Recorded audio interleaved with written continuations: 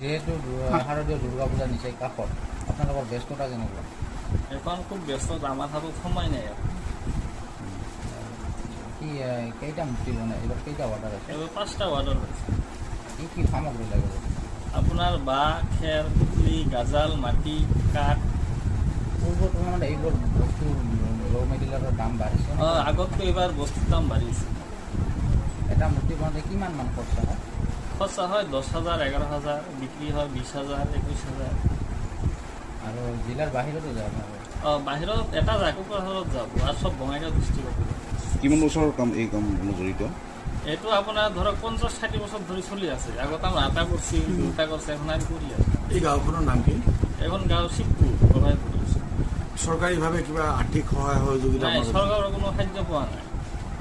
চৰকাৰৰ পৰা যেনেকৈ আজিকালি যখন মাটি বনোৱা মেচিন ওলাইছে, ৰং কৰা মেচিন, আমি পালে সুবিধা হয়।